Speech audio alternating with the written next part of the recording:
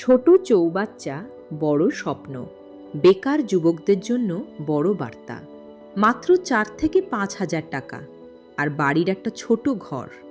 ভাবতে পারেন, সেখান থেকেই শুরু হয়েছিল এক যুবকের স্বপ্ন। আর আজ সেই স্বপ্নই প্রতি মাসে এনে দিচ্ছে ২৫ থেকে ৩০,০০০ টাকার স্থায়ী আয়।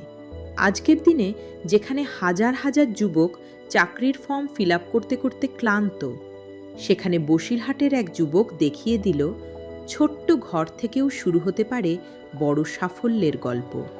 উত্তর ২৪ পরগনার বসিরহাটের আমতলা গ্রামের খুরশিদ আলম বাড়িতেই শুরু করেছিলেন রঙিন মাছের চাষ। প্রথমে ছিল মাত্র কয়েকটা ছোট চৌবাচ্চা আর হাতে খুব সামান্য পুঁজি।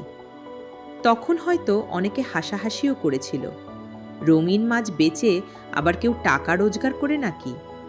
কিন্তু আজ সেই ছোট্ট কাজটাই বদলে দিয়েছে তার জীবন।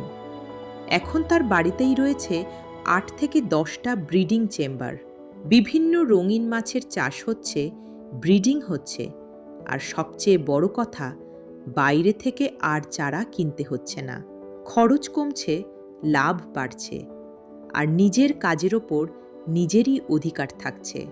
ভাবুন তো, যে কাজটা একসময় হবি বলে মনে হতো, সেটাই আজ ব্যবসা। জানেন কি, ভারতের রঙিন মাছ রপ্তানির বাজার প্রায় ৪১ কোটি টাকার, আর দেশের ভিতরে দেশীয় রঙিন মাছের প্রায় ৫০০ কোটি টাকার বাজার। আর সবচেয়ে বড় বিষয়, এই পুরো রঙিন মাছের প্রায় ৫৫% ধরে রেখেছে পশ্চিমবঙ্গ। বিশেষ করে উত্তর ২৪ পরগনা, হাওড়া, কলকাতা, এই অঞ্চল থেকে দেশের বিভিন্ন রাজ্যে রঙিন মাছ যায়। অ্যাকোয়ারিয়াম কালচার যত বাড়ছে, তত বাড়ছে এই মাছের চাহিদা। আর এখানেই লুকিয়ে আছে বাংলার ব্লু ইকোনমির নতুন ভবিষ্যৎ।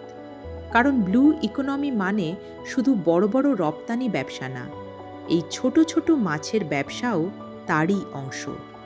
একটা ছোট রঙিন মাছের ফার্ম একটা পরিবারের আয় বাড়াতে পারে, গ্রামের যুবকদের স্বনির্ভরতা দিতে পারে। সবচেয়ে বড় কথা, এই ব্যবসা শুরু করতে লাখ লাখ টাকা লাগে না। দরকার শুধু ধৈর্য, একটু প্রশিক্ষণ আর কাজ শেখার ইচ্ছে।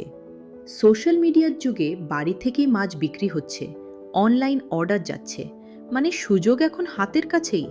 তাহলে প্রশ্ন হলো, আমরা কি শুধু চাকরির অপেক্ষা করেই বসে থাকব, নাকি ছোট থেকেই নিজের কিছু শুরু করার সাহস দেখাবো? কারণ মনে রাখবেন, বড় ব্যবসা একদিনে তৈরি হয় না, একটা ছোট চৌবাচ্চা থেকেই শুরু হতে পারে বড় স্বপ্ন। আপনার কি মনে হয়? কমেন্টে জানান।